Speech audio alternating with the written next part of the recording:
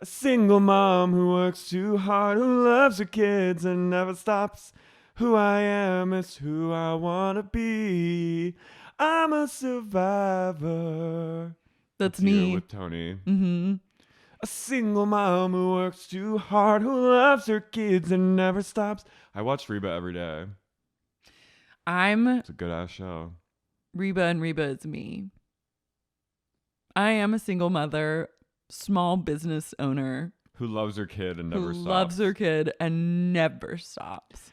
I often think about Reba's incredibly iconic tweet from like 2009 where it was like, And then the darkness. had started eating breakfast and then the torture started. I'll never forget about this alleged story of when 9/11 happened. Reba was on set and the whole production was like, oh my God, we have to like take a break. 9/11 just happened. Like everyone was devastated. Production was like paused. And she goes, all right, so let's keep on working. Wow. Reba was not slowing down. She was not going to let 9/11 stop her from doing what she does best, which is being her. Well, this is my 9/11. I would love like Allegedly. I would love like a kind of dramatic Pablo Lorraine style reenactment of all celebrities reacting to 9/11, like just like vignettes of like major celebrities like finding out about 9/11. This is the Imagine video is what you're No, saying. It's just like- Imagine 2.0. or just like like more You want like essentially the Bush whisper, like his moment kind of starts it off when he finds out about 9/11, but then every celebrity, like their moment like that. or like kind of like an Olivier Assayas, like like that style of like What you're talking about is like an experimental Yep. film, a montage. instead of Paris Je t'aime, 9/11 Je t'aime. Je t'aime. Je t'aime. Je t'aime. Je t'aime. Je t'aime. 9/11 Je t'aime. 9/11 Je t'aime, I'd watch. Yeah, like these kind of sad, like sort of like fly on the wall moments of like a celebrity getting fitted for something, and then she hears like a soft cry in the background and like scuttle, scuttle, scuttle, scuttle of like an assistant click, click, click, click. She hears some commotion and then she just keeps going, and then it's like more commotion.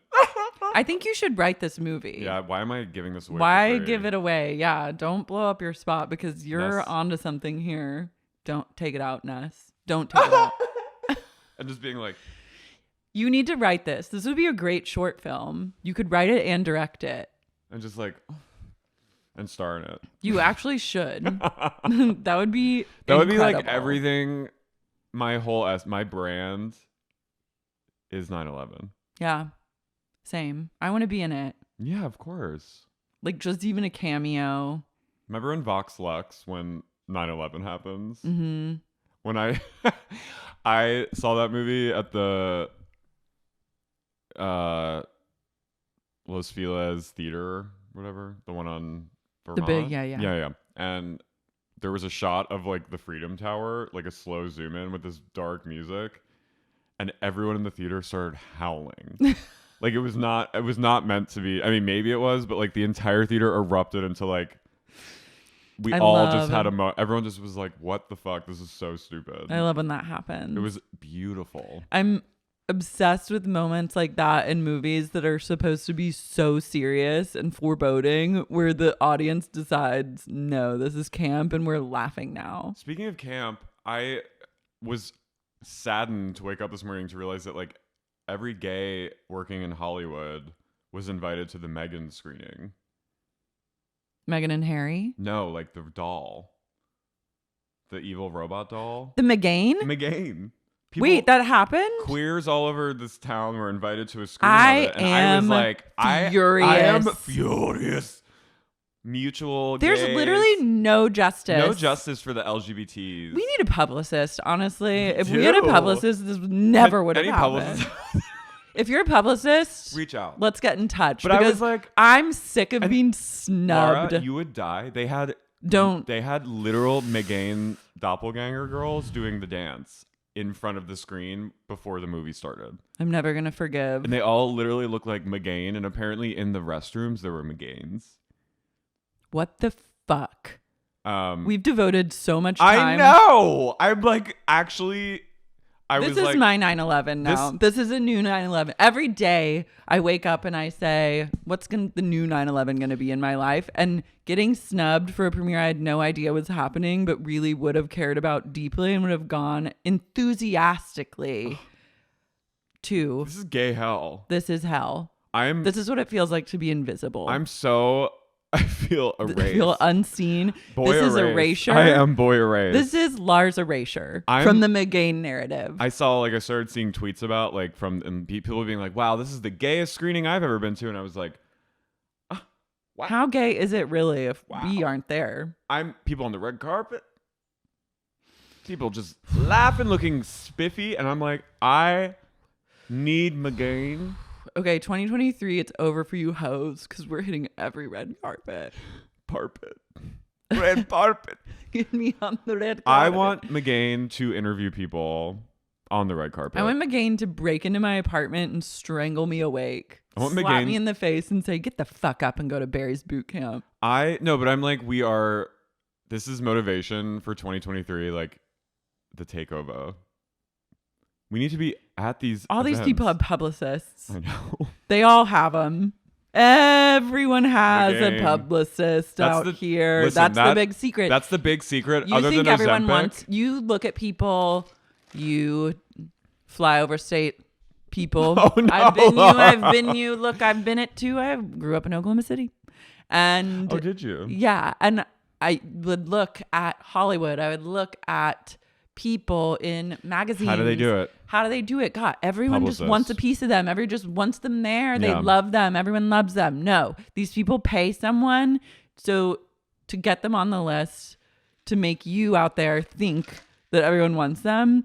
I'm blowing this wide open. Next year you'll be like, everyone wants sup. Everyone is obsessed with this podcast. Lair and care. They're everywhere I want to be. How do they do it? But you'll know in the back of your head they have a publicist, and you'll feel okay about it. But then you'll also root. You won't feel bad about yourself. You'll feel happy for us, but you'll know the truth, which is that we pay. You lifted the rug. You've lifted the rug now twice. First with Ozempic. And now Ozempic, celebrities getting paparazzi'd, and the publicist. Guys, I'm not gatekeeping anymore. It's no more secrets. Everyone's on Ozempic.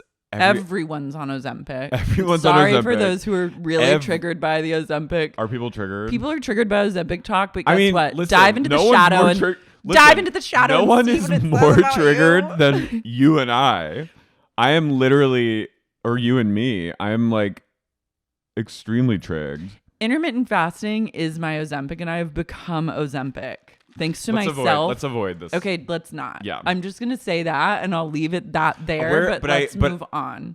Speaking of publicists, who has the best publicist in Hollywood? Apparently Ms. Finch. Guys, Elizabeth Finch. She's back. If you don't remember, here's a little primer. In the spring, there was a juicy breaking Vanity Fair story about a writer / producer on Grey's Anatomy who was like one of the like big wigs of Shondaland, who was also a terrorist, who was an emotional terrorist and was a pathological liar and a fictitious cancer faker, Brooks and RHOC vibes, truly, but and worse, a true like snake oil saleswoman, and was wielding power and tyranny over the writers' room of Grey's Anatomy with her trauma, and like had her own chair that no one could sit in, and was constantly... She was my body. She was constantly, every day was like, I'm here, like, you should be grateful I'm here, and like, anything you're going through, you have no idea what it's like to... She had some rare cancer, she was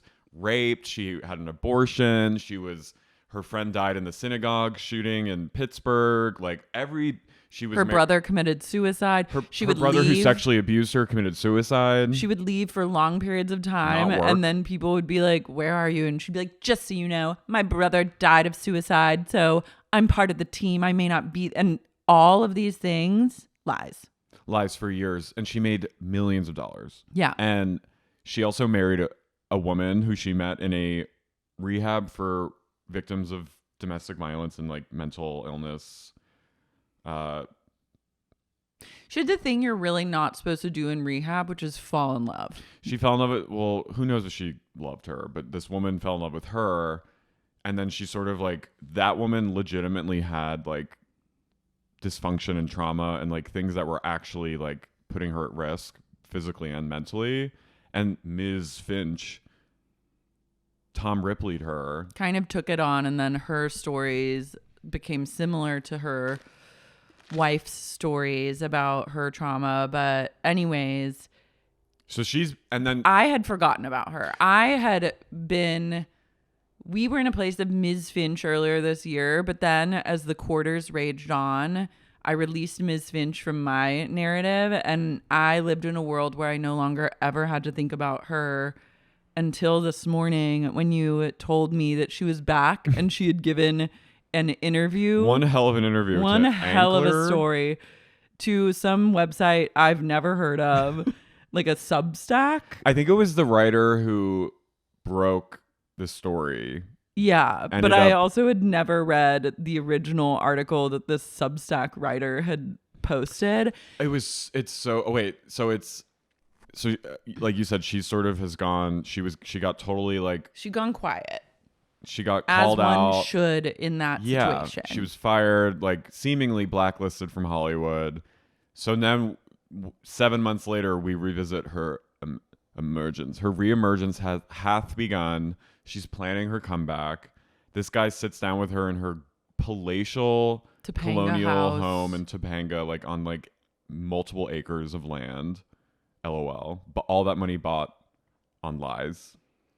I mean, she's rich. She's produced like 30 something episodes of like a hit show and wrote 13. Like she's like fucking banking out for the rest of her life probably from that job. Unless she gets sued. She could get sued in like a civil lawsuit by either her coworkers or like I'm sure Disney or Hulu could like sue her. But basically she gave an interview, said that all of the cancer was fake. She made it up. And then wait, sorry to interrupt, but the photo hologram thing, there's this like weird moving image photo at the beginning where it looks like one of those reflective cards that's like has a hologram on it, and it's her giving full open casket. Yeah. She's like, it's sepia, and she's going eyes closed, eyes open, eyes closed, eyes open. I have a lot of feelings about the interview.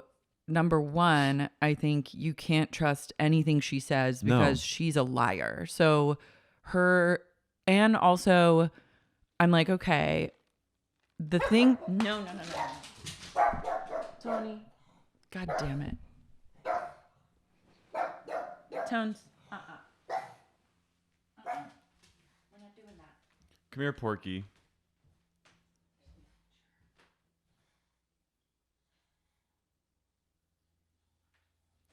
Ms. Come over here, Ms. Tony, you're being a little Ms right now. He is Le Ms. Sorry, continue. Okay. Sorry, Ness, you can cut that and I'll just start again. You have feelings. Yeah. So I have feelings about this article. Number one, I'm like, what's the point of speaking to this person and giving them a platform? Everything they say is a lie, so they can't be trusted, and giving them attention is what they ultimately want. Like, and she and her attorney reached out to him. Yeah, I'm sure they fucking did. I'm sure they did. And I think that I have negative feelings about her, but I also have negative feelings about this journalist because I'm like, you also just want clicks and attention. And like, you know that people are going to read the Ankler for one day in their lives. And like, you also didn't ask any important, real, hard-hitting questions. Like, well, it's weird. She says, oh, sorry. No. Like, she says that she was abused emotionally and physically by her brother growing up. And then she had a knee injury in 2007. And when she was recovering from this knee injury, people were so nice to her. but then they just like ghost it and there was silence. And then she decided, I have to lie about a thing or two to get some attention around here. And so then her lies about the cancer started in 2012. But I'm like, okay, that's 5 years She's been of lying her whole time. life. I'm like, you're a liar. Like, none of this adds up. Like, I know you lied about the cancer, but I also am like, okay, like, I'd be like, well, then when did this start? Like, who was the first person you told? Like, what was your process? You would shave your head. Did you put on makeup? Like, I want to know all the gritty details about every fucking lie. And if I'm not getting that, I also am like, I think this trauma story and the knee story is also a convenient lie to try and like shed light on why she would lie. Like, she clearly has like she does have a personality disorder. Even if she says her therapists say it's all trauma based, all she's trying to do is get more sympathy. Her brother is not dead. He's a doctor. She's from Cherry Hill, which is I know. I was like a Jersey queen. South Jersey legend. For every legend of New Jersey, there's one infamous Finch. So I grew up near Finch, but her brother is a lot. Like, it's so destructive. Like, the gruesome details of her lies too. Like, I forgot. I was so like jarred again. Like, that she claimed that she had to go into the site of the massacre at the synagogue and like get her friend's remains. And it's like, and these people gave her such benefit of the doubt, these coworkers. Well, yeah, because you can't. Because she was exalted. If someone is literally like dying of cancer in your workplace and looks and acts like they have cancer, you're not going to be like, you're faking it. Also, you can't be like, you like can't talk shit about someone who has cancer and like lords it over everyone. I'm sure there's like side conversations where like, for sure, we fucking hate her ass. Like, every day is a nightmare having to deal with this person. Well, no, they were saying she bullied people. She bullied other women. But I'm just like, so who? And what was interesting was they apparently, I guess there was some older doctor. Oh, yeah. Who had been hired as like a medical consultant for the show.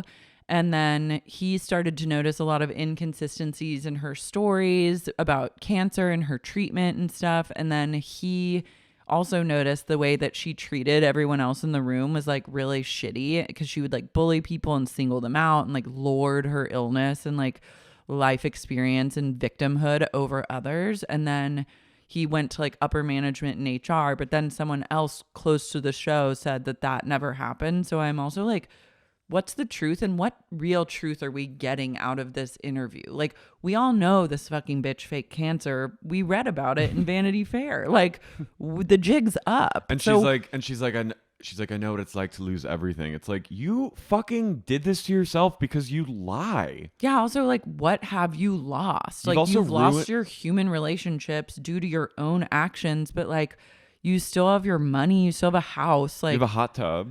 The best thing that she could possibly do, like, is become a therapist. That's the only thing left for her. Well, she wants to keep writing. And like, I'm like, sorry, bitch. She's ruined people's lives. She ruined that woman's life. Like, she fucking terrorized that woman. She took her kids away from her, I think, right? Didn't she have custody of her kids at one point?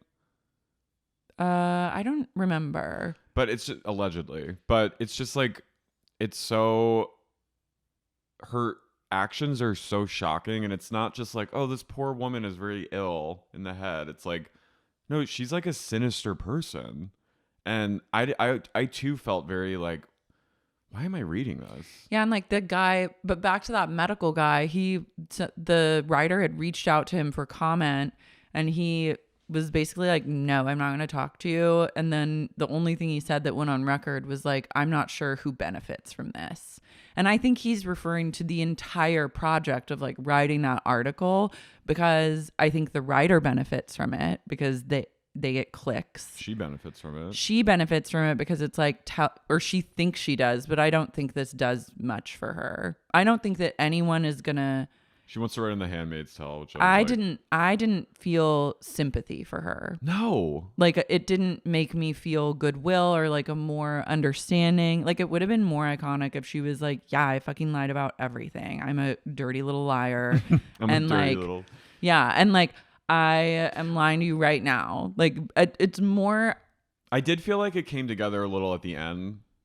I think the writer was very quiet about it, but I think he was pretty scathing at the end with just those little details of like noting that she was very fixated on who was taking the photos, if she which person was coming to do hair and makeup, and she was focused on getting photos back of her crying. Mm-hmm. So I think that was actually like, to me at the end, I was like, that kind of came together, that he was like, she's twisted and that she's a sick person.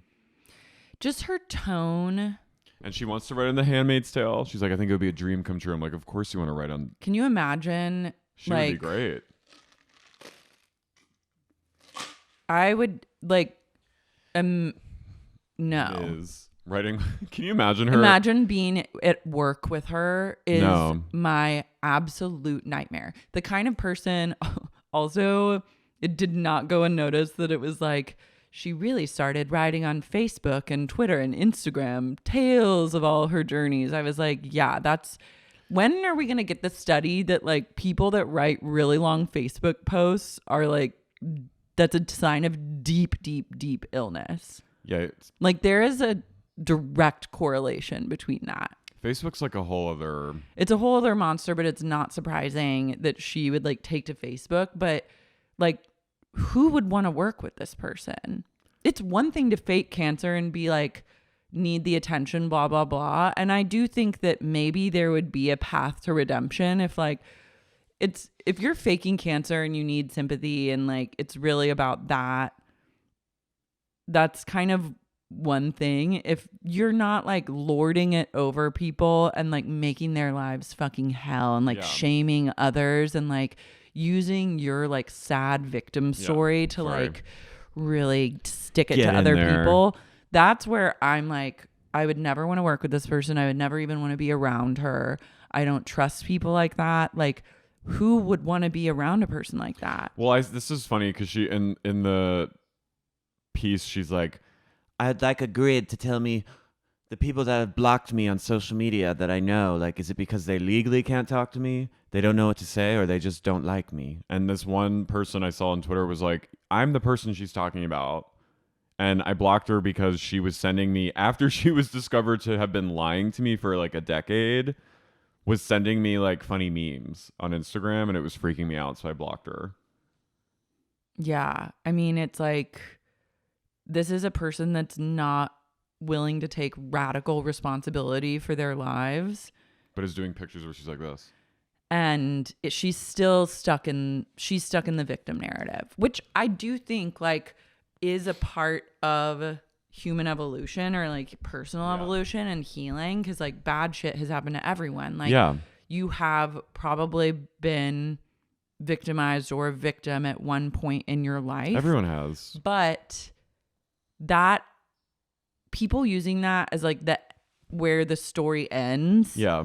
Is like, it doesn't end there. Like, you don't have to like sit in that place, and nor should you. And I think it's unfortunate because our culture has been like rewarded that's like a very rewarding thing that you get really positive feedback on like social media and like blah, blah, blah for like sharing your like victim story. And it's very victim Olympics out there. But the more radical thing is like, how did I contribute to this?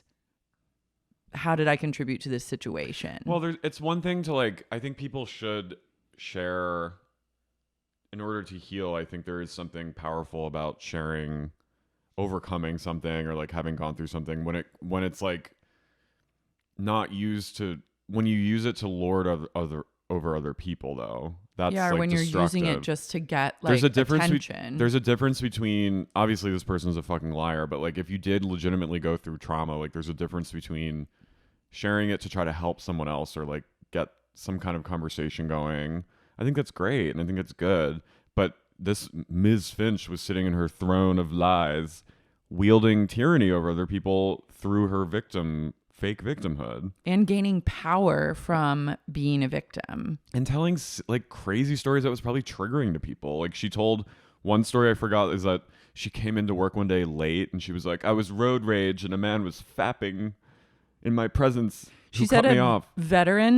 a war veteran stalked her for months and then slammed a knife into her front door. And she said someone slipped like anti-Semitic notes under her door, and that like, I mean, just, and then in this article, she said she maintains that all of those stories are still true. she's a But liar. I'm like, you're a liar. Why would anyone believe a single thing that you say? But for me, that also speaks, and this is, then I'll have enough about Ms. Finch. But for me, this also shows like Hollywood. There's a lot of stories about people lying in writers' rooms. Yeah. And you know, there was this whole thread about this woman who was in a room for like a comedy show about like soldiers, and she said she was a Marine in Afghanistan, and she like, and there was an actual former soldier in the writers' room who just kept being like, nothing she's saying adds up. She lied about everything. And every time he would mention a story, like when they would have like writers round, you know, room conversations, and he would talk about his experience like in Afghanistan and how traumatizing it was, she always had to one up him. And he would just always be like, damn. That's fucking wild. I'll send you the thread. It's wild. But I've heard, but it's because I just would TV, not. but Hollywood, like, it's because like so much, it's like we run out of content. So it's like, there's like a value in like people sharing their trauma and like having it go into shows. And it's like, they're always trying to like ring people out for like all of their like personal, when it's like, just write something fake. Do your job. But there's also like, there's a benefit. There's what he was, I think the movement towards, which I see there's obviously like a good side of like, it's like, unless you've experienced this, you have no place in like writing about it. And I don't think that should be a hard line in the sand. I think when you're a fucking writer or like a creator, that's part of the whole process is you like make something up that like oftentimes you haven't experienced, but you also draw from your own experiences. And that's like what Google is for, and like research and stuff. Like, so I think we need to move away from that a little, I think. Yeah, it's just like you can't be so absolutist about that kind of thing. But also I can't imagine a lie of that gravity. Like, that's some balls to be like in a room with an actual Marine and then being like going head to head with your own full blown Marine lie, or in her case with an actual doctor being like full blown cancer lie. Well, doctors are also like trained to pick up on like fictitious shit. So like he's probably like in his head like dealt with that before from other people. So yeah, he's but probably like, oh. I would have just been like, after I got the attention and got the job from my cancer lie, I'd be like, Job. Guys, it's healed. I'd be like, it fully healed. I did like when she said that her friend would drive her to treatments and she would just walk around. Like roam the hallways of the Mayo Clinic. How many people? But that's also insane. Like the lie went so far that she would fly to Minnesota, stay at a friend's house, and then have them drop her off for these fake appointments where she'd just walk around hallways. I'm like, that's a crazy person. I was also very harrowed by her sweater coat. I'm harrowed by everything about her. Her shawl. She needs to truly, the only recourse for her is to give back. Yeah. Help others. She needs to just like volunteer. I mean, I'm jokingly saying like she should become a therapist because that's like the only job she could ever do. She would have to like have a fake name and no one could ever really know. But I think at this point, like, invest your money and go the fuck away. Go away. I'm sure she'll get like a deal. She'll probably be like running her own room in a year. I don't think so, babe. I know, I'm making a joke, but I know, I don't. She should. It does make a good point too that like the men, it was like a lot of men have had like comebacks and a lot of men have like lied to get where they are. Like but David also, Geffen. There's kind of a difference between being like I suave, graduated college. Like lying and confidently being like a suave swindler, kind of like Anna Delvey, who I think is like fine at the end of the day. Like, I'm like, free Anna Delvey, justice for Anna Delvey. Like, I literally don't care and think that she's iconic and would love to see like a way back for her. And then just like really ickily, victim-y, lording your power over people and like torturing them, and like the Finch effect. it doesn't help that she's not glam.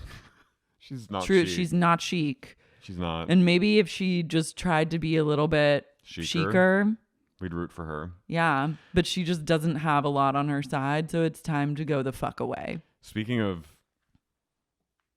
potential fraudsters, I'm Carrie. I'm Lara. And you're listening to Sexy Unique Podcast. Finch. Salty Utah Finches. I knew you were going to say it. I knew you were going to say it. I'm harrowed by her. I'm harrowed by her and her glasses. I'm sorry, like, if you're going to lie. She's like this in the picture. If you're going to be a nightmare person. Be chic. You have to be hot. Sorry. I don't make the rules. I don't make the rules. I mean, I think you got to be glam. It doesn't even mean you have to be hot. Is like also subjective. You just gotta hot be, is a state of mind. You gotta mind. be chic. It's a vibe. You gotta be cool. You gotta be calm. You gotta stay be wiser. together. No, like, but you do have to be hot in one way or another, and that's the end of that. Sorry, Finch. Sorry, Finch. Go fly away. Stay in Topanga. Fly away. Topanga is a great place for the crazies to go. It has such like a kooky vibe. I'll bet there are plenty of finches in that sea. There's plenty of finches. I mean, we There could be a live finch in a sea of finch vibes. LA is full of finches. There's a finch everywhere you turn. You're literally getting finched. Elizabeth Finch. But like, bye, bitch. You had your chance. You could have healed. You could have healed your cancer and gotten the fuck away with it, but you got greedy and you had to take it to a place of rabbi, like fucking synagogue, and take it to a place of like brother suicide and terrorize everyone at your workplace. On mass shooting. Yeah, like you can't have it horror. all. Women can't have it all. You took it to a place of such horror. That is a horrifying thing. It's really gross. It's so gross and it's so despicable to the people who actually You need to died go or try lost something people. else now. It's a reroute. You don't get a second chance for all of that. You had your fun. You made a lot of money. You fell in love. You have a hot tub. You have a fucking hot tub and a gorgeous house in Topanga. I love her just imagining her like look with the cypress. Like you trees. have like a childhood friend that reached back out to you who's like a rabbi, and that's nice. He's like offering you some grace. Take what you can fucking get and get the fuck out. Bye. Now let's talk about Jen. Okay. Angie K is putting in work. There's literally witch house music on this show. It's like Salem. It is like Salem. It's like this trap choir. They're on the yacht. These leaders are out to sea. Jen brings it to a place of on my father's grave. I'm like, oh boy. She says, on my father's grave, I swear to God, I was just trying to have fun. Whenever, I'm telling you, When someone swears when anyone invokes a family member into the story, they are lying. What or if your son died? Manipulating. What if your son was dead? During Heather, I'm sorry. Heather's a delusionally supportive, codependent mess. She's a monster. Yeah. I said Heather's a monster to myself as I was watching this episode. And I'm sure the Heather fans will come from my What head, Heather fans? But I'm sick of her. She's got to go. I've never been into her, and guess what? I feel very validated in It's my like me firm with- stance of being like, I don't trust this person. Their vibe is bad. Two-faced. Yeah. My mom said she's five-faced. Wow, she is five-faced. She has no sense of self. And what's saddest about Heather is that she has no self-esteem. No. She has no regard for herself. And I pray she finds it. Uh, Lisa Barlow is sitting with Angie K. By the way, she looks so good. My stunning queen of I life. love her pants. I'm obsessed with everything Yeah. Lisa Barlow does. Remain obsessed. She goes, to me, it was not funny and not in jest about the show. It wasn't funny and it wasn't in jest. It was an assault. She said, Whitney Wild Rose goes, Angie, it was really... it was inspiring to see you be very real. It was really inspiring to see you be really honest and really real. I like that she can say really, but real. And then Dana finally speaks. I'm like, Dana actually... She stepped it up. She came out of her dreamlike state and then said, oh my God, I got hired. I'm at a job right now. I think she was a little nervous. She was nervous. I get it. She needed a little liquid lunch. And she served. She stepped her pussy up by the end, and I was this. like, okay, Dana, I'll give you a second chance. With Dana, I went, I hope you keep on serving cunt. She did. She served. She did serve. She went like this, it reporting for duty. Took her 3 episodes. Took her 3 episodes. But you know what? Sometimes it takes, she was a soft launch. She got her sea legs. She did get a sea leg. Wait, can I say, when I was a kid, we went to San Diego and we went on a 3-hour boat tour around the San Diego harbor, like these people are doing. Mm-hmm. And there were crudités and charcuterie. And it was a very intimate evening cruise. And the captain and his wife and their stepdaughter...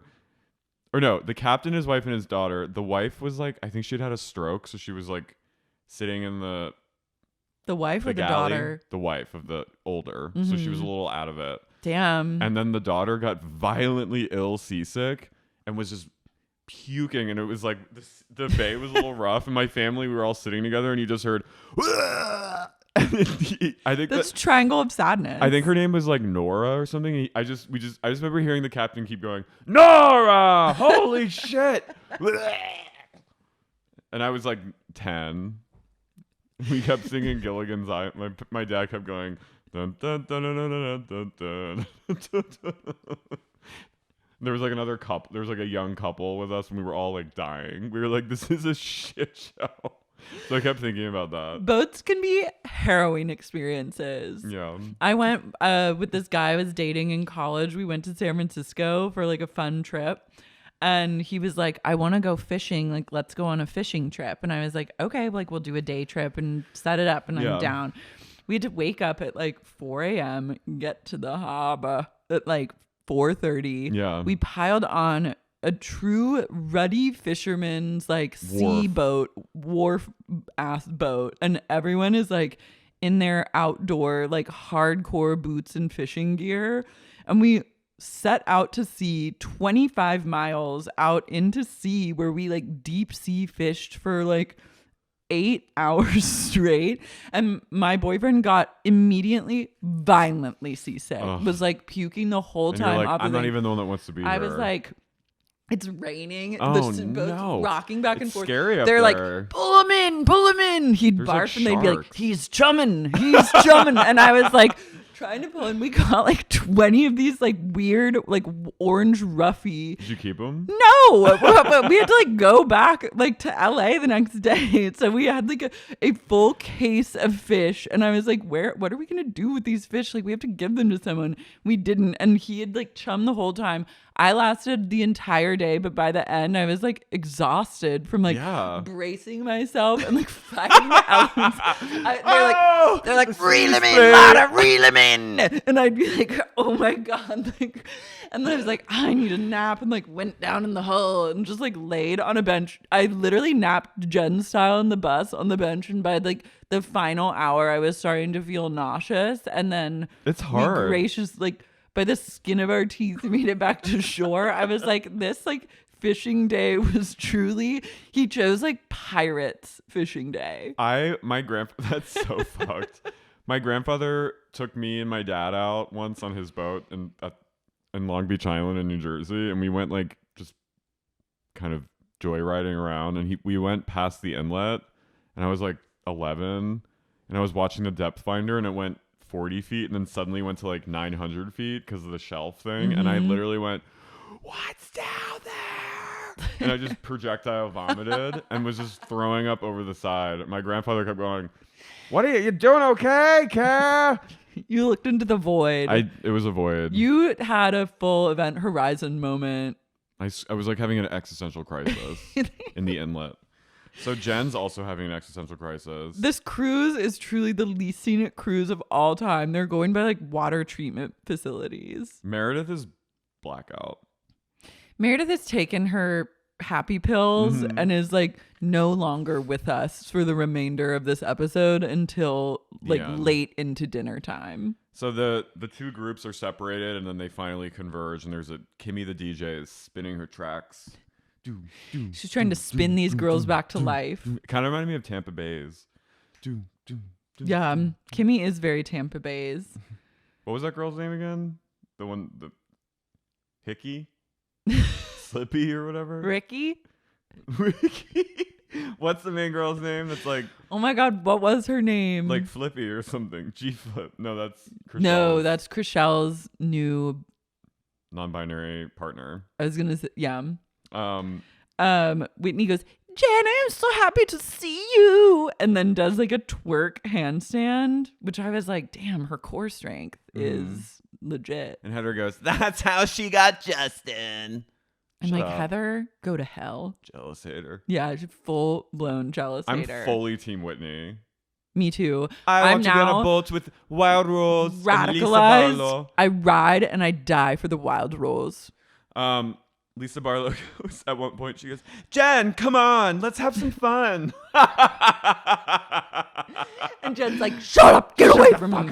So then Jen is She goes, like, Jen, hey, Jen, no, if you want to say something, you can say it to my face. What did I do? she's on pills. She's She's medicated and she's so fucked up. She's like slurring her words. She's out of her fucking mind. And I've been there before when you're dealing with like a really drunk, powerful personality that's like probably has some issues with drinking and is sort of like mad about something. And has like a dark life journey. and at the whole moment. group is like walking on eggshells, and you want to be the one that's like on. I've done that before where I'm like groveling to that person, and they're like, the more you grovel, the more they're like, "I hope you fucking die, you fucking piece of shit. Fucking Yeah. fuck you." The only way to deal with like a psychotic Ignore. person is ignore, separate, and live your twerking truth. Ooh. Wild Rose style. We lost one. Another one.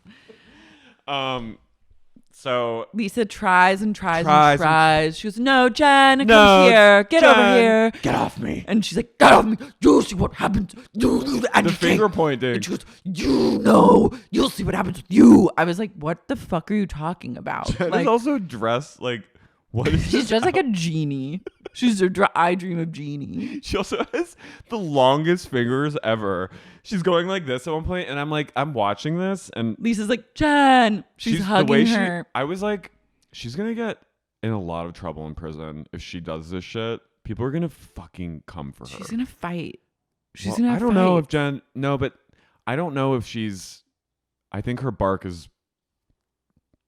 You think she'll just like keep her head down? And I think I think if people fuck with her, I don't. I'm now like I'm a little like I'm moving. I'm away really from, worried like, about. I'm moving away from my Justice for Jen position, and I'm in a different position. I'll just put it that way. Me too. But the finger pointing this I'm like, Jen, you got to learn how to tone the shit down because it's not gonna fly when you're like in the yard. I think part of it too is like performing for television, But which drives a lot of her like Hulk out reactions. She takes a veggie plate. She goes, "What is this? This stupid charcuterie platter!" Ah!" crudité. But it's a crudité. I was honestly, I felt that was the rage. most upset I was. But she wasted a crudité. Yeah, but I'm also like, we could do better than this. You know what I mean? Ah, she full She-Hulk. She took it. Get this out of here. And Lisa then, goes, "Don't throw a "Jen, don't thing." throw food. Come on, Jen. Hey, listen, I'm gonna follow you." No, get away. Go back to her. And she finally screams at Lisa enough, but then Lisa starts crying. And then Heather comes over and immediately cuddles Jen and goes, "You're good. You're so amazing. You're so brave." She goes, "You're strong. You're strong. You're very, very strong. You're a strong, smart woman." I was like, what the fuck are you talking about? And then Heather goes, what Lisa did, or what Angie K did, unconscionable. She goes, "I would never kick someone like that when they're down." And I was like, yeah, you would never stand up for yourself. You would let someone literally walk all over you, stab you in the front and the back, rip your hair out of your scalp, and then you would like fawn all over them because you'd be terrified that that meant they didn't like you. Have some respect. Have some self-regard. Get some dignity. She needs to read, was it the Joan Didion thing that's like on self-esteem? She needs to get some motherfucking self-esteem up in this bitch. Whitney, I've read Susan Sontag on camp. I know the definition of camp. Jen is camp and it's real good. I just wrote Meredith is a hypocrite. Yeah, Meredith is out to lunch. She goes, I don't think I need lectures and accountability from Whitney Rose, that little girl. She goes, little girl. And then we cut back to Mary. If only Mary was on this boat. She is a witch. She talks some sense. I know. She'd Little girl. smack some sense into Jen. After she says little girl, Meredith goes, Wait, the Real Housewives, just as an entity, love calling someone little girl. They're doing it to Megan on OC. They're doing it to Whitney Rose. Like, what is up with that? It's this little girl, and then people getting called evil and freaking out about it is another huge trope. And then Heather kind of like, she's like, why don't you throw someone's shoes into the ocean? And then she does. She throws Angie K's $1,500 gorgeous sandals. And then she throws one of Whitney's shoes in the ocean. And Heather goes, no, I'm going to get the other one and I'm going to keep it protected. I'm like, you're such a shit stirrer. And I would be so mad if my cousin / BFF got one of my shoes thrown over, but was like, no, and I saved the other one. I'm like, what good does one shoe do, you dumb bitch? Throw both of them or Jen, shut the fuck up. I don't want one shoe. What am I going to do with one shoe? This is psycho shit what Jen does. Yeah. That's like I was kind of living for it, but then when she lied about it when they came back, a producer goes, also, why isn't a producer like, I'd be like, one of you needs to jump overboard and swim and get the shoes. No one wants to deal with She-Hulk. And then Lisa goes, those better not be... A producer goes, I think someone's shoes are like floating in the ocean. Meanwhile, they're like 100 yards away. They are gone. They're in. And then Lisa goes, those better not be my YSLs. They're like really, really rare. It's so hard to get. Oh my God. Pre-order them. Pre-order them, meaning it's really hard to get a hold of them. It's a pre-order. Oh my God, I hope it's not my Saint Laurent's. And I was hoping to. I was like, please don't let it be Lisa Barlow's Saint Laurent. This was giving me when my 8th grade science class went to Atlantic City for the day, and we went on a boat, and we had to the whole year make. Jesus Christ! Why would that any children go to Atlantic City? To like the harbor, City the of bay. Sin. But we had to make contraptions to catch specimens, and like. Was it a science trip? Yeah, you think I'm gonna know how to build a fucking make contraption? any contraption? So I did my best and made this basically like a net. And literally the minute we got on there, it was like a rainy. It was kind of like what you were just describing, like high on the high seas. And my fucking net immediately went into the water, and everyone laughed at me. And it sank to the. It was like that was reminding me of the shoes. And my science teacher was like, "Well, I guess you just chill for the rest of the time." God, classic. And I went, "No." Yeah, I was like, Heather, you fucking instigated this. Yeah, you started it, and then everyone comes up to see the shoe damage that's been done. Shoegate. And then Whitney goes, why is one of my shoes gone? And Heather goes, no, I saved it for you. I saved it. And I was like, you're a bitch. And then Jen just goes, I don't know what happened. The way she lied like so easily, I was like, oh wait, she did scam those people, and I guess she should go to jail. Yeah, she's a terrifying person. Yeah, damn. Listen, we're admitting. Look, I tried my very best. We're admitting our culpability, and I'm just saying where I stand. It changes week to week. Abolish prison, yes, but Jen, she deserves a little punishment. I think she deserves more punishment for lying about the shoes than. This was scary. That was scary. Also, I love that Angie K knows not to push. So she just like accepts. Okay, you're on. As we said, being on a boat. If you're rich and someone throws your shoes, you're like, whatever. I'll get new shoes when I'm back. But also, being on a boat with someone like this is not the safest place to be. No. Wait, make sure you're on land before you broach Shoegate. So back at the house, Heather calls Angie Harrington. They leave Jen on the bus alone, and she just sleeps on the bench of the bus for an hour and a half. This seemed. And the driver's sitting there like this. waiting for her to like get up and get out. And then like minutes go by and she goes, "Are you okay?" And Jen goes, "Yeah." And then just sleeps there. For like 2 hours. Yeah. This was like I'm not trying to assume anything. So like, Do you think it was fake? no, it appeared to me as someone who used to like this happen Party to, hard and pass out. felt like there was something extra going on. I was like, was she blammo? She was Or was she just mad? absolutely wasted. Blotto. Like she was completely fucked up. I love that everyone just left her there. I was would. like, bitch, you have no friends. If someone leaves you, Heather's not your friend. No, she's absolutely not Heather your friend. talks shit about. Heather's in it for a TV moment and to Yeah. be part of that on camera like shoe silliness. Yeah. But like she's not really ride or die for you. She's not a ride or die. Old five-faced gay. And like to be left on if you're ever left on a bus, That's dark. you need to examine your life because you don't have friends. If you're on a party bus and everyone leaves you, you need to And you wake up 2 hours later. You need to fly back, She had a whole bed in a room be that with she your could have lain family, in. lay low, and try to like examine some things. Change your life.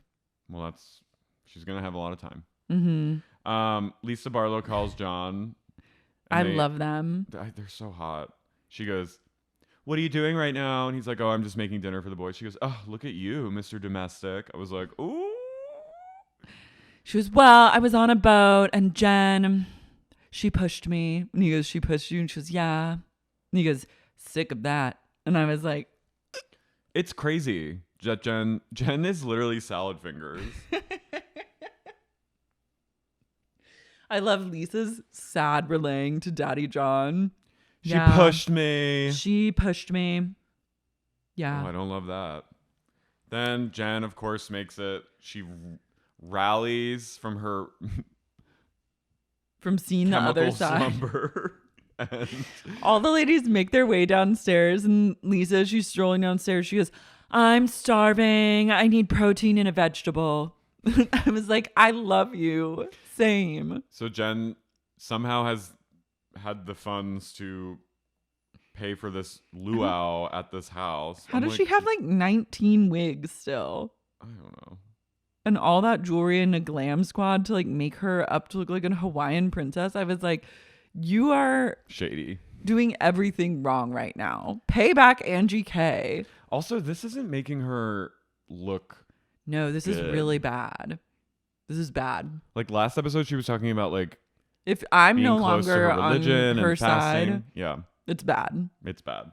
So she has a luau. They do like a traditional, is it Samoan or Hawaiian? Hawaiian. Hawaiian luau dance. And it's really cool. Angie K goes, "These fire dancers are amazing. The sad thing is I'm probably going to have to pull them aside afterwards and tell them they're not going to get paid." She's right. Yeah. I think that they all did that for free for Yeah. Jen. Because she's like It's like dangling, like maybe, I think she's manipulating and dangling something with that lesbian drummer. I think she's made some promises and she's done a little bit of flirting with that lesbian drummer, and now that drummer got all her friends to come out and do a free show because she thought something might happen. the lesbians of San Diego. Yeah, She's up to something. She's playing fast and loose with that drummer. It reminds me of an Housewives of Dallas when Leanne Locken basically swindled her way into getting a fully free wedding Wow. by being like, there's one where this woman's Being like, you'll get exposure. yeah, basically she's like, I've done a lot for a lot of people in this society. I might not have the money, but I've connected people. And there's one part where she and her like ghoulish wedding planner, who's like truly Franck from Follow the Bride, are talking to this like amazing wedding dress designer who's like this really nice woman who Leanne is known for a minute. And she's like, they wait for her for a second after she tells them the price of the dress. They pause in silence. Who paused in silence? Leanne and the gay. And then the gay goes, well, we think Leanne has done a lot for people. So We want it for free. other people have been giving her some discounts and giving things for free even. And then they wait and she's going like this. How much was the dress? Like 25,000. something crazy. 25,000. 25,000. Our fellow cease and desist. I know.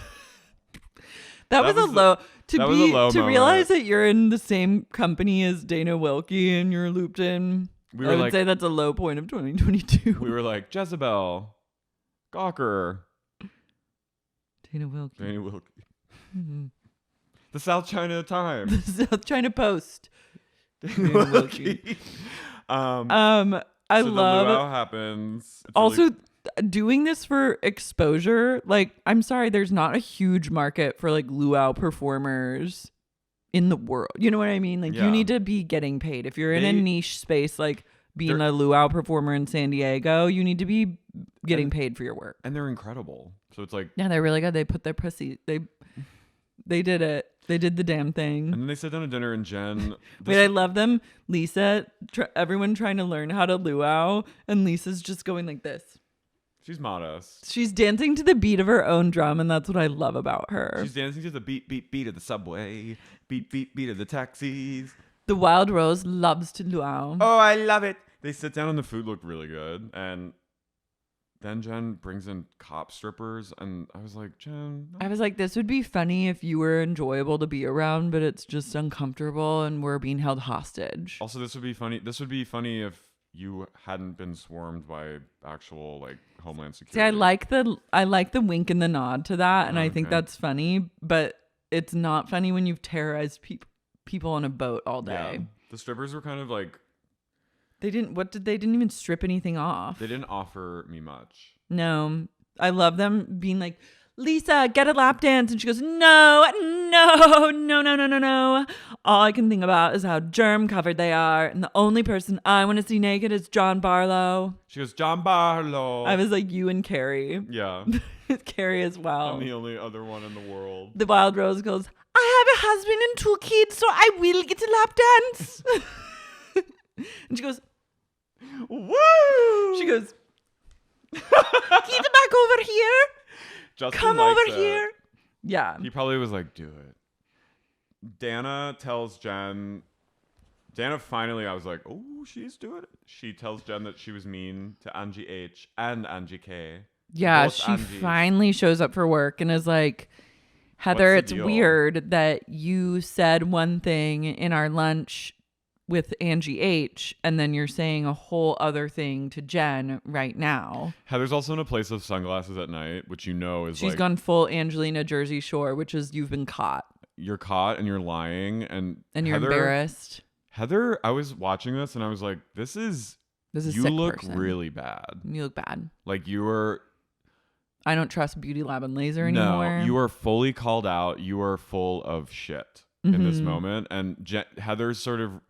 She's rode this line of being like the audience proxy up until now where I'm like, I don't want anything to do with you. The audience is also kooky. Yeah. So I don't like it. I don't like an audience proxy. Yeah. Never have, never will. I wrote, Heather's a monster. What does she get out of her friendship with Jen? And I really do think it's only camera time at this point. Yeah. It's a mixture of camera time and not being able to like set a boundary. She says even Meredith has gone. Meredith's just gone away. Meredith isn't here, Mrs. Torrance. Dana's just like basically like, you said that if Jen ever gave you an ultimatum, you would not be friends anymore. And Jen goes, what do you mean about that? What? She gets her. What do you mean by that? What do you mean? What if Jen had? She should have sock puppets. She should have. What do you mean by that? Like Sesame Street puppet. Yeah. Like that comes up from under the table. Like a full blown Sesame Street that's like Elmo. Did you see the tweet that was like, they should just I don't have see tweets. They should just have Miss Piggy on Beverly Hills and just not call attention to it and just have her like be in it without like ever being like, this is that a would puppet. be incredible. She would start drama. She would serve. She would serve at CUNT. General Piggy. There's no more glam or chic than Miss Piggy. They really should do that. Isn't she drama? Did you love her? They should have a season where they just have like add 2 different characters, like Miss like Piggy and then Elf. No, I hate Alf. I hate Elf too. I've never understood Alf. He made me so uncomfortable hate from the Alf. jump. I hate the way he looks. I hate his texture. I hate his whole vibe. The Elf industrial the color complex. scheme. Everything about Alf is so wrong to It's me. so Ever 80s. since I was a tiny child, I was like, I never want to be a part of this. I 80s. was always like this. Such an 80s Coke idea. Yeah. Pure. It's such a pure idea. Pura. Meredith stare at when Lisa's talking. Meredith's going,